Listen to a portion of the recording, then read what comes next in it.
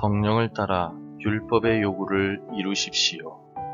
로마서 8장 1절에서 17절 말씀. 그러므로 이제 그리스도 예수 안에 있는 자에게는 결코 정죄함이 없나니 이는 그리스도 예수 안에 있는 생명의 성령의 법이 죄와 사망의 법에서 너를 해방하였습니다. 율법이 육신으로 말미암아 연약하여 할 수 없는 그것을 하나님은 하시나니 곧 죄로 말미암아 자기 아들을 죄 있는 육신의 모양으로 보내어 육신의 죄를 정하사 육신을 따르지 않고 그 영을 따라 행하는 우리에게 율법의 요구가 이루어지게 하려 하심이니라. 육신을 따르는 자는 육신의 일을, 영을 따르는 자는 영의 일을 생각하나니 육신의 생각은 사망이요 영의 생각은 생명과 평안이니라. 육신의 생각은 하나님과 원수가 되나니 이는 하나님의 법에 굴복하지 아니할 뿐 아니라 할 수도 없음이라. 육신에 있는 자들은 하나님을 기쁘시게 할 수 없느니라. 만일 너희 속에 하나님의 영이 거하시면 너희가 육신에 있지 아니하고 영에 있나니 누구든지 그리스도의 영이 없으면 그리스도의 사람이 아니라. 또 그리스도께서 너희 안에 계시면 몸은 죄로 말미암아 죽은 것이나 영은 의로 말미암아 살아 있는 것이니라. 예수를 죽은 자 가운데서 살리신 이의 영이 너희 안에 거하시면 그리스도 예수를 죽은 자 가운데서 살리신 이가 너희 안에 거하시는 그의 영으로 말미암아 너희 죽을 몸도 살리시리라. 그러므로 형제들아, 우리가 빚진 자로 돼 육신에게 져서 육신대로 살 것이 아니니라. 너희가 육신대로 살면 반드시 죽을 것이로되 영으로서 몸의 행실을 죽이면 살리니 무릇 하나님의 영으로 인도함을 받는 사람은 곧 하나님의 아들이라. 너희는 다시 무서워하는 종의 영을 받지 아니하고 양자의 영을 받았으므로 우리가 아빠 아버지라고 부르짖느니라. 성령이 친히 우리의 영과 더불어 우리가 하나님의 자녀인 것을 증언하시나니 자녀이면 또한 상속자 곧 하나님의 상속자요 그리스도와 함께 한 상속자니 우리가 그와 함께 영광을 받기 위하여 고난도 함께 받아야 할 것이니라. 지난달에 비가 많이 오던 때였습니다. 억수같이 비가 쏟아지는데도 밖에 나가야 할 일이 있어서 우산을 쓰고 걸어가는데 몸이 비에 젖지 않았습니다. 당연한 이야기이지만 일부분 튀는 빗방울에 몸이 젖긴 했지만 몸 전체가 젖지는 않았습니다. 우산을 쓰고 우산 아래에 있으면 우리가 비에 젖지 않습니다. 마찬가지로 우리가 이 땅을 살아가면서 나의 욕심 아래 있으면 죄와 죽음에 젖을 수밖에 없습니다. 왜냐하면 나의 욕심과 육신의 법은 우산에 대만 남아 있는 것과 같기 때문입니다. 비로부터 나의 몸을 젖지 않게 하려면 우산에 대만 남은 우산이 아니라 정상적이고 커다란 우산 아래 있어야 합니다. 사도 바울은 성령님의 커다란 우산 아래 있으면 우리 모두는 죄에 젖어들지 않는다라고 말합니다. 그래서 성령님을 따라 살아가라고 우리에게 권면하고 있습니다. 사도 바울은 본문의 말씀을 통하여 예수를 믿고 구원을 받아 죄에게서 해방된 그리스도인들은 때로는 죄에게 패배하고 실패하지만 결코 정죄함을 받지 않는다라고 말합니다.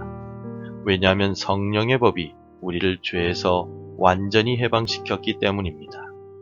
그러므로 우리는 성령님을 떠나지 말고 성령님을 따라서 살아가야 한다라고 바울은 말하고 있습니다. 가장 먼저 사도 바울은 1절을 통하여 우리에 대한 정죄는 더 이상 존재하지 않는다고 말합니다. 1절을 함께 읽겠습니다. 그러므로 이제 그리스도 예수 안에 있는 자에게는 결코 정죄함이 없나니. 아멘. 구원받은 우리가 마음으로는 하나님의 법을 즐거워하지만 여전히 육신의 법이 우리를 사로잡아 거룩하고 정결한 삶을 살아가지 못하도록 방해를 합니다. 그럼에도 불구하고 우리는 정죄함을 받지 않는다라고 바울은 선언합니다.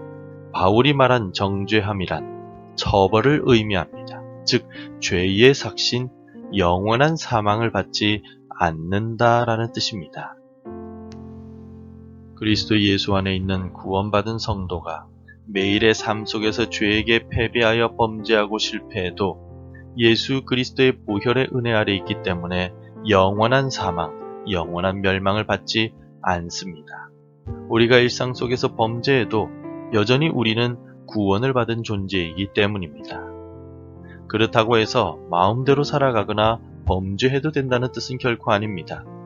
그리스도 예수 안에 있기 때문에 범죄하지 않기 위하여 나 자신을 돌아보고 정결하고 거룩하게 살아가야 하지만 어쩔 수 없는 인간의 연약함 때문에 범죄하더라도 정죄함을 당하지 않는다는 뜻입니다.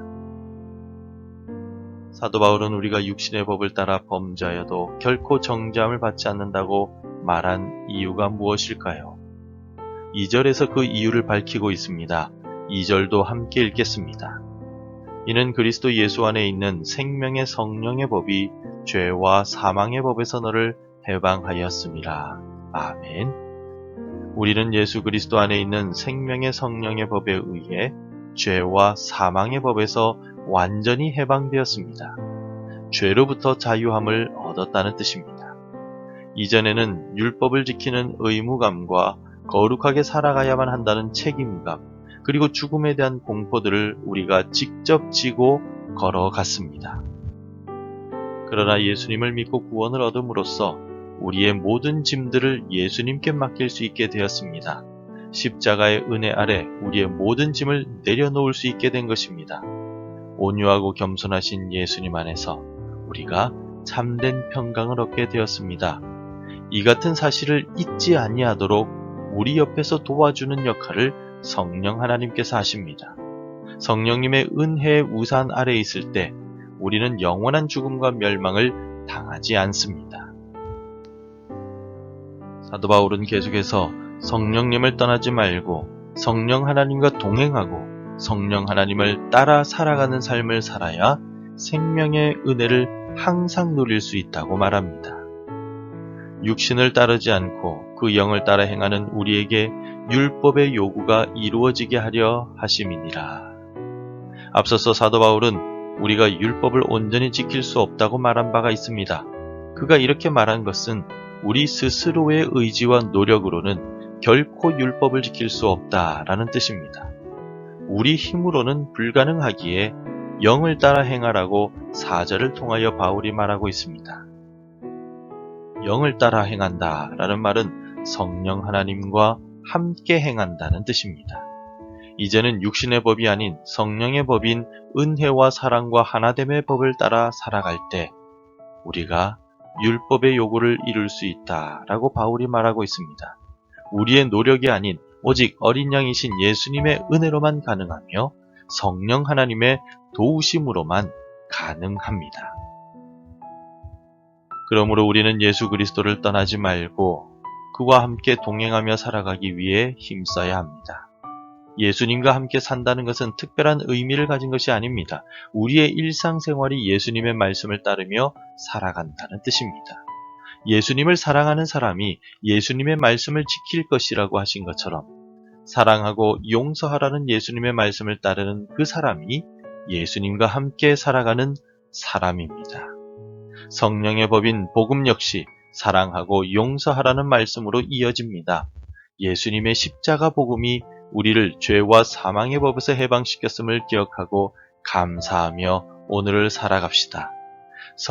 성령님을 따라 행할 때 우리는 정결하고 거룩한 삶을 살 수 있음을 기억하고 성령님의 인도하심을 구하고 이끄시는 대로 따라 살아가는 오늘이 되시기를 바랍니다.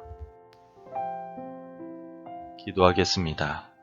우리와 동행하시고 우리의 모든 염려까지도 알고 계신 성령 하나님, 이 새벽 시간에 성령님께서 내 안에 함께 하시고 내 모든 염려와 시험거리들을 제거해 주시길 간구합니다.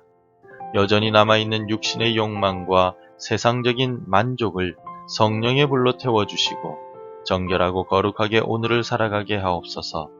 성령님께서 이끄시고 인도하시는 대로 순종하여 살아가므로 오늘도 온전한 삶을 살아가도록 인도해 주옵소서. 우리 안에 은혜 가운데 역사해 주옵소서. 예수님의 이름으로 기도드립니다. 아멘. 계속해서 함께 기도해 주시기 바랍니다. 나와 함께 하시는 성령 하나님과 동행하게 하소서. 전쟁과 분열 속에 있는 나라와 민족을 불쌍히 여겨 주소서.